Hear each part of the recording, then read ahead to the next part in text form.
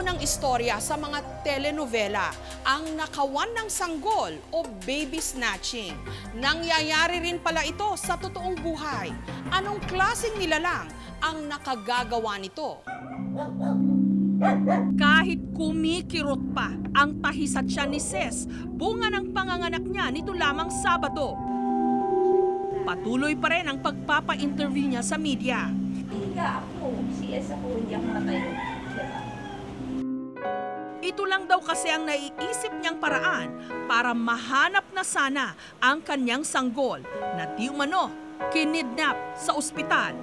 Napapagod ako physically, pero kung napapagod ako sa pagpapa-interview para sa anak ko, hindi, kasi ginagawa ko nga to para sa anak ko.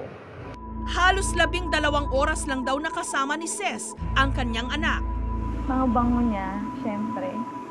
Saya-saya kasi first baby ko yun eh. Tapos biglang mawawala lang siya para mawala. Sakit. Ang sakit. Sabi ko sa'yo. Sobrang sakit. Martes ng madaling araw nang may babae di manong nagpakilalang doktor na pumasok sa kwarto ni Ces sa Santa Teresita General Hospital. Check upin natin si baby ha. Ipapa-newborn screening daw nito ang kanyang baby. Mami, ganito na naman si baby eh.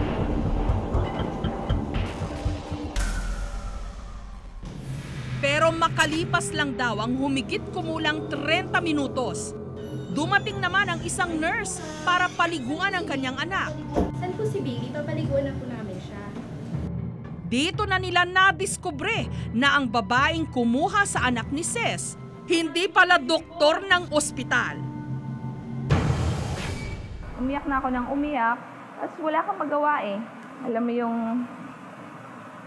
feeling na parang gusto mo na lang mamanhid para hindi mo na maramdaman. Sana okay siya. Sana inaalagaan siya. Dahil iniintay ko yung pagkakataon na mahawakan ulit siya. Makita siya. Dahil dito, nagsasagawa na ng sariling investigasyon ang ospital. Yung sama ng loob ng mother, that's understandable. No? But hindi lang man siya sumama ang loob. Pati kami rin dahil this is devastating to the hospital. Pero ayon sa mga investigador, tinitiyak daw nilang kidnapping nga ang kasong ito. Reportedly, malaki yung bill. Check-in din natin kung merong part na iniiwasan yung bill na malaki. Sabi na lang ng pinsan ko, for humanitarian reason dahil sa nangyari, siguro naman hindi lang namin kailangan magbayad. And sabi nila, okay, basta yung process nyo yung PhilHealth nyo, kompleto ako sa PhilHealth. Sa kabila nito, masyado pa rin daw maaga para sabihing sindikato nga ang nasa likod ng pangyayaring ito. Hindi natin masasabi na ito yung gagagawa ng sindikato. Kasi hindi namin mailink ngayon yung pinakahuling kaso dito sa ospital doon sa two previous cases. Ayon pa sa PNP at CIDG, wala pang nahuhuli na sindikato na sangkot sa kidnapping ng mga sanggol. Kaya naman wala silang datos kung magkano ang bentahan ng baby. But as of the moment, kung ano ba talaga dahilan, hindi pa natin masasabi. Pero doon sa kumuha ng bata, siguradong ang purpose niya is pagkaperahan yung bata. Nung nabalitaan ni Mary Jane ang nangyari kay Ces, nagbalik daw sa kanyang alaala ang bangungot na nangyari sa kanya nito lang Abril, noong ninakaw ang kanyang 11 days old pa lang na anak na si Baby Russell. Isang nagpakilalang alias Taba ang nakipagkaibigan daw sa kanya sa Maynila. Inalok siya nito na pauutangin ng 500 pesos na halaga ng grocery items. Sa loob ng supermarket, nagpumilit daw ang babae na siya muna ang bubuhat sa sanggol. Matapos siyang bigyan ng 500 pesos na pambayad, nagpaalam daw ang babae na sa hagdanan na lang ng supermarket siya maghihintay. Pero nung pinuntahan ito ni Mary Jane, wala na ang babae, pati na si Baby Russell. Kasi pinagpilitan niya talagang kunin yun eh. Siyempre nakakahiya rin sabihin na, ay wag mo hawakan yan. ganun, di ba? Kaya, tignan ko na lang sila ng ganun. Nalingat lang talaga ako ng konti ng pagkabayad ko. Pagkatingin ko sa kanya, ang bilis talaga nawala. Mabuti na lang daw at may CCTV camera ang supermarket, kaya namukhaan ang suspect. Dahil dito, nagsampa sila ng kaso at inaasahang sa lalong madaling panahon, ilalabas na ang warrant of arrest laban sa suspect.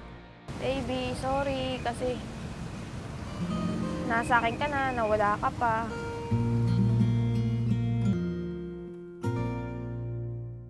Ayon sa datos ng DSWD o Department of Social Welfare and Development, nasa 39 na sanggol na 1 taong gulang pababa ang nakidnap mula January 2009 hanggang June 2012. Sa mga kasong ito, meron din naman daw nare-resolba. Makalipas ang 7 araw ng pagkawala ng anak ni Jalen, sa tulong ng mga pulis, natuntun nila ang kumuha sa kanyang supling.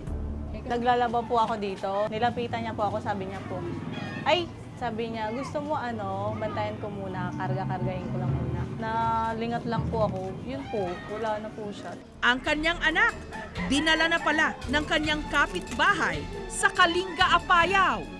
Bali mula po noon, talagang ingat na po kami. Talagang halos ayaw na po namin mawala yung baby po namin nun sa amin. Sa pagdating ng panibagong anghel sa ating buhay, marami tayong ginagawang paghahanda. Pero kasama sa mga dapat unahin ang kanilang seguridad dahil sa isang iglap, may mga masasamang loob na pwedeng sa kanila'y tumangay.